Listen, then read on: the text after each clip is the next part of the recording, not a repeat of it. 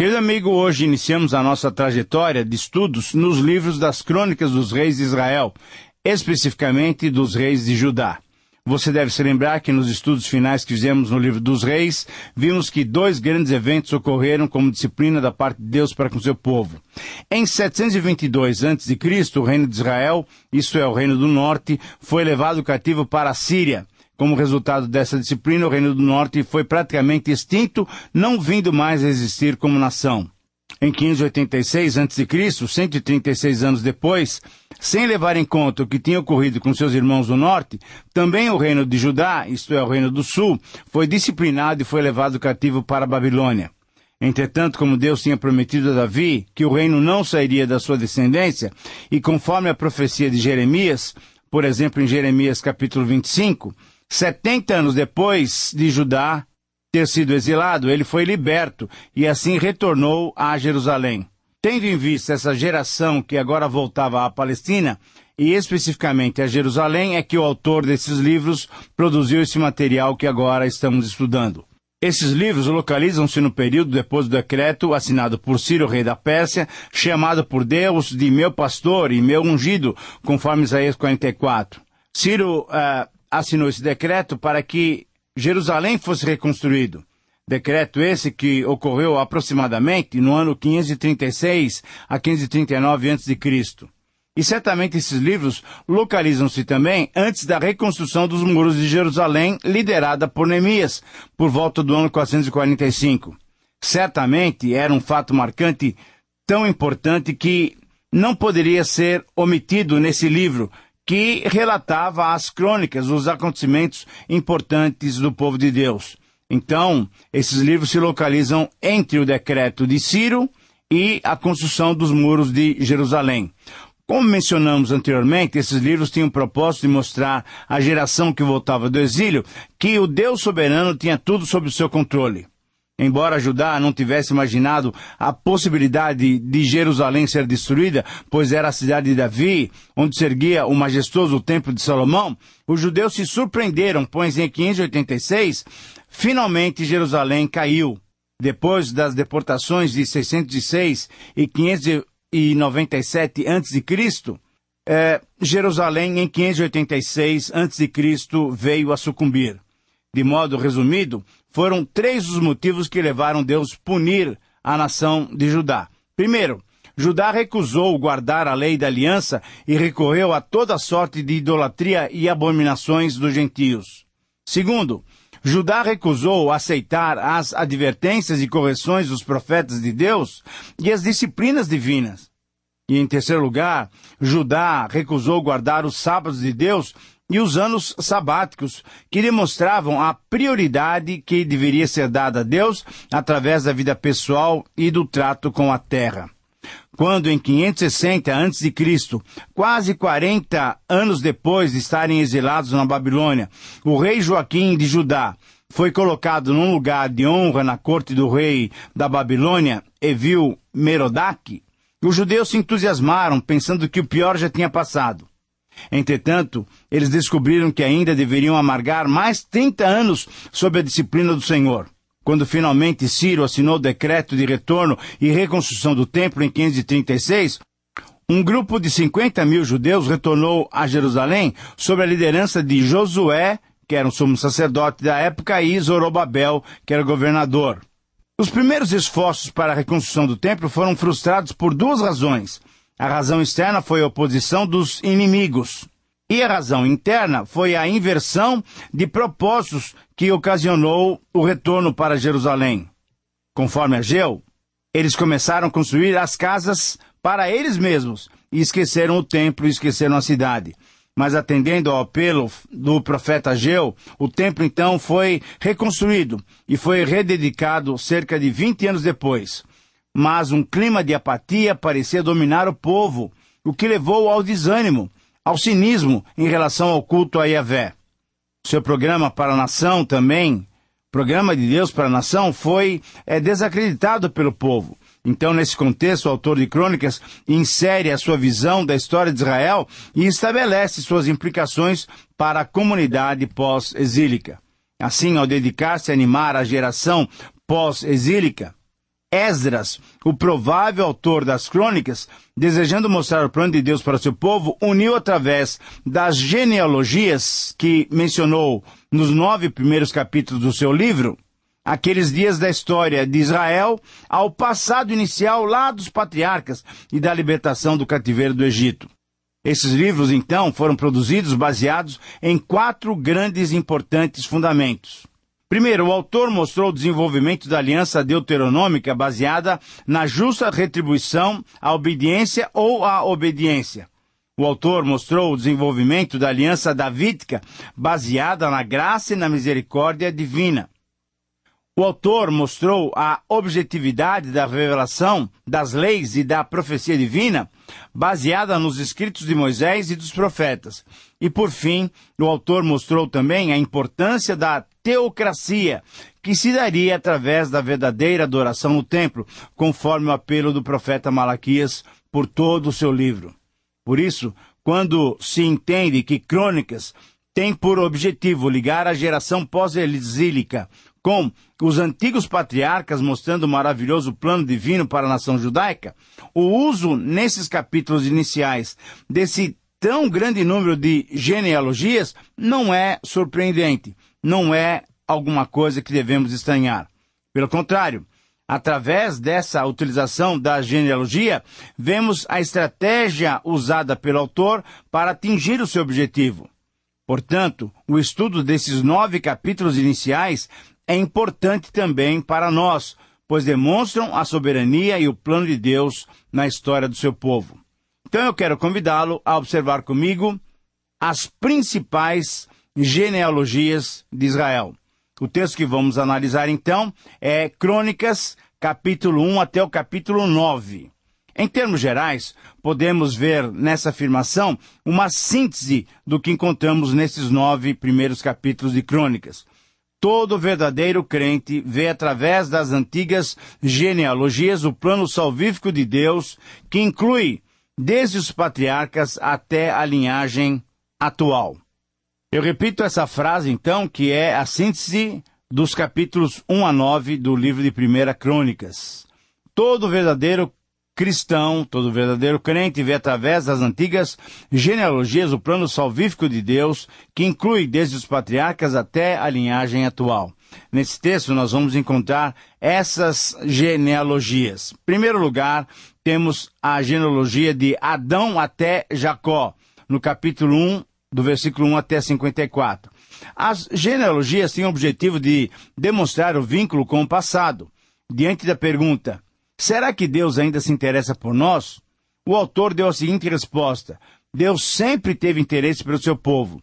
A demonstração do amor divino não se comprovou apenas na autorização para o retorno a Jerusalém, mas se viu na sua aliança com Davi, se viu na sua participação decisiva na conquista de Canaã, se observou nas manifestações das pragas contra o Egito que culminaram na libertação de Israel. Se viu, enfim, na escolha de Abraão para formar a família da fé e se viu definitivamente ainda mais através da própria criação do ser humano. Por isso, o cronista Esdras iniciou seu relato que comprovava o amor e o interesse de Deus no seu povo de Israel com a menção de Adão. Veja bem, não é Abraão, é Adão. Nesse primeiro capítulo, então, o autor depende de Gênesis capítulo 5, 1 a 32, e a ausência que notamos dos nomes de Caim e Abel só reforça o fato do autor destacar apenas a linhagem escolhida. Esse destaque o autor faz mencionando essa linhagem escolhida sempre em último lugar. As descendências de Jafé e Cã são citadas antes de Sem, os filhos de Sem separados dos que pertence à linhagem de Abraão, antes da referida linhagem. Os filhos das concubinas de Abraão, antes da linhagem de Isaque, e assim por diante. Em cada caso, a linhagem eleita é colocada em último lugar, com o propósito de ligar os judeus recém-chegados do exílio aos seus ancestrais e as promessas divinas feitas a eles. O cronista iniciou a demonstração dessa ligação, levando seus leitores ao início de tudo. Levou-os até o primeiro homem, até Adão. O cronista, como já nos referimos, que era provavelmente Esdras, tinha por objetivo incentivar essa geração pós-exílica a, através do estabelecimento da sua herança, mostrar-lhes o direito que tinham de propriedade e o direito que tinham ao trono, ao sacerdócio e à liderança na nação.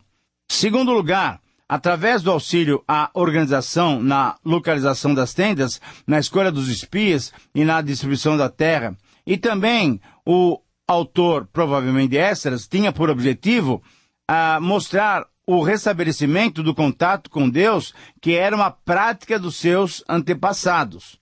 Então, em segundo lugar, nós temos agora a genealogia de Jacó até Davi. Isso nós encontramos no capítulo 2, do versículo 1 até o capítulo 2, versículo 55. Nesse capítulo, inicia-se a genealogia dos filhos de Jacó, que são listados no verso 1, cujos nomes são Ruben, Simeão, Levi, Judá, Isacar, Zebulon, Dan, José, Benjamim, Naftali, Gade e Asser. Alguns detalhes devem ser destacados. Primeiro, embora tenhamos esses 12 nomes mencionados, devemos lembrar que no lugar de José, os seus filhos Manassés e Efraim constituíram as duas tribos, e o número 12 continuou sendo a quantidade de tribos, sendo que Levi não teve herança específica, pois a sua herança era o Senhor. Percebe-se também, em segundo lugar, que logo no início a ênfase recai sobre Judá. Certamente esse destaque se deu devido a essa tribo ser a originária do rei Davi, que por sua vez surge devido à aliança de Deus firmada com Davi. Em terceiro lugar, através da menção de cada um dos personagens descendentes, percebe-se naturalmente que o foco principal é o rei Davi. Conforme o autor Selman, um estudioso do livro de Crônicas, isso não é para dividir sua linhagem de maneira artificial, mas para torná-lo o divisor de águas da sua família. Assim ele se torna, Davi, um ponto de divisão mais importante do que o exílio, em contraste com as outras tribos.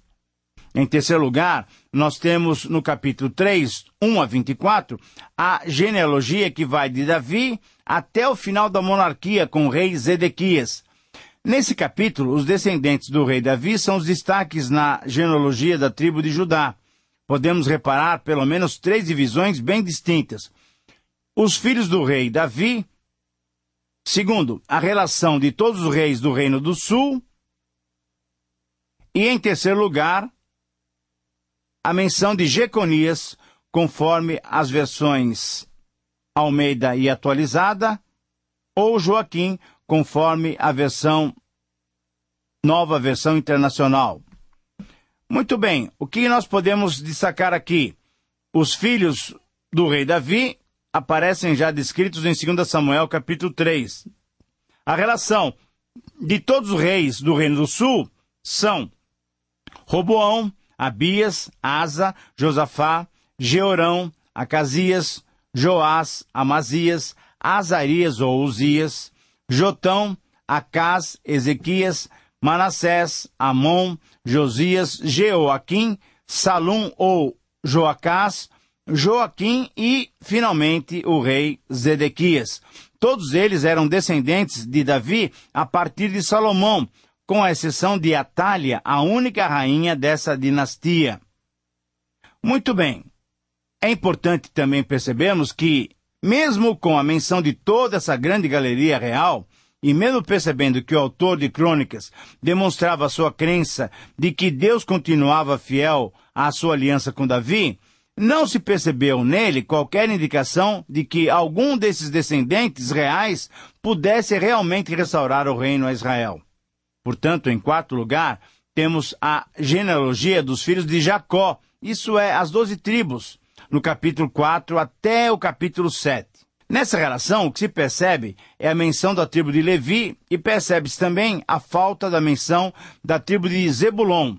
A lista de todas as tribos é a seguinte: Judá, Simeão, Ruben, Gade, Manassés, Levi, Isacar, Benjamim, Naftali, Manassés, Asser e Efraim.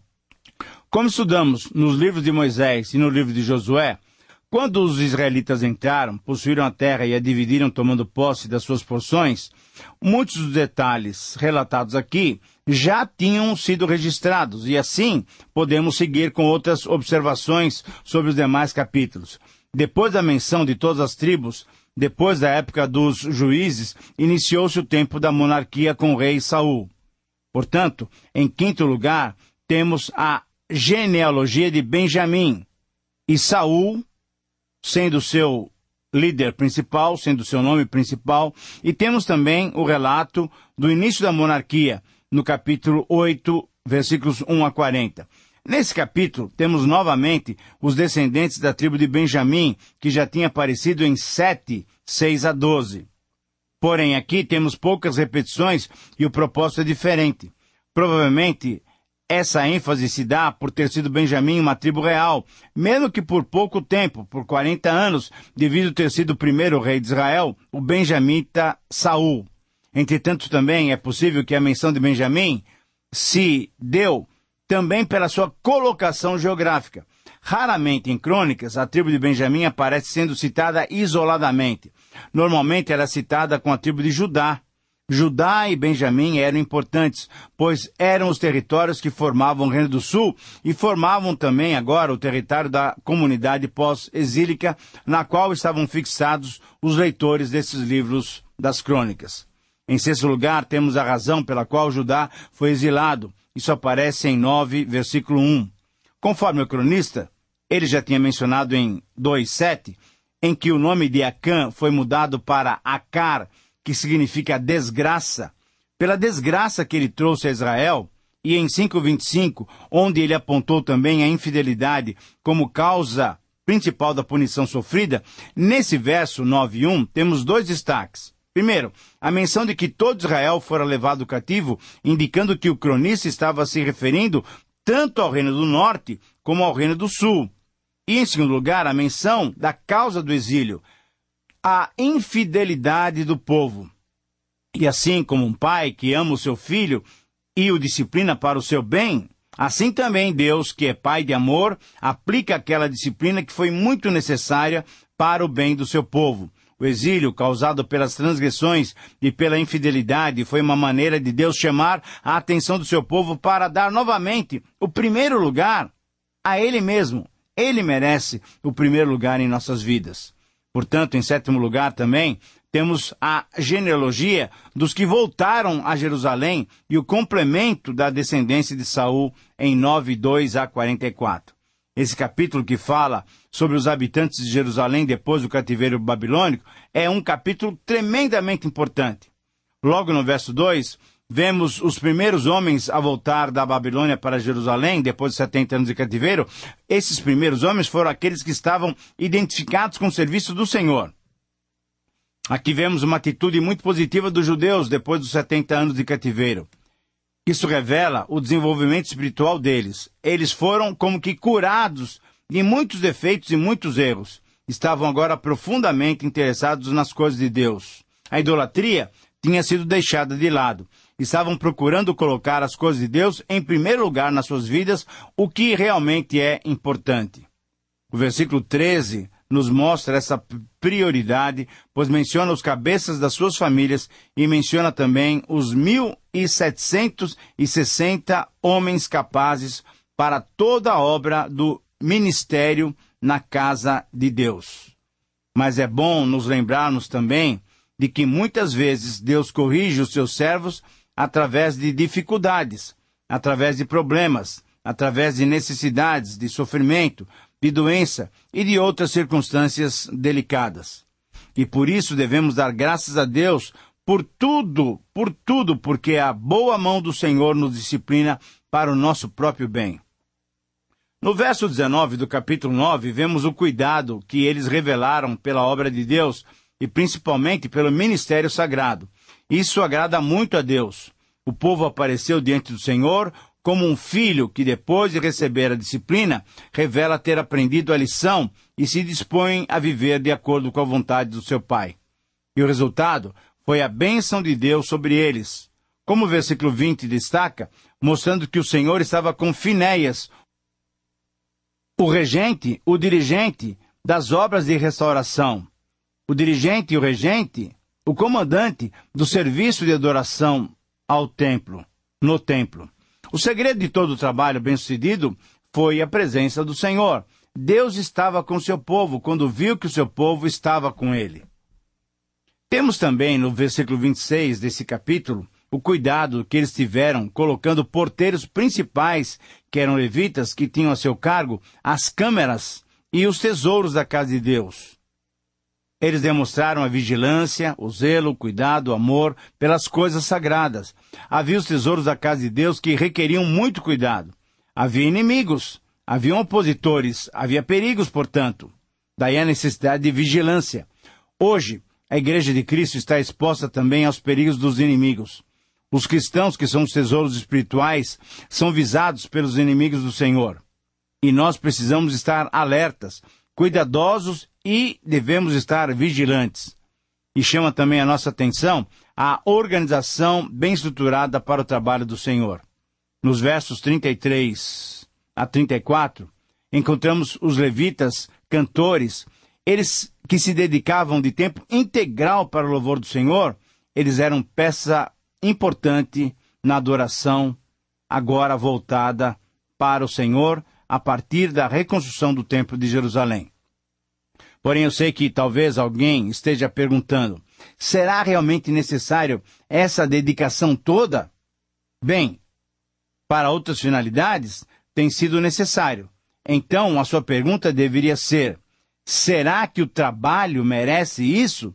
Será Deus é digno disso? Será que Deus merece tudo isso? E a resposta só pode ser uma, certamente, certamente sim.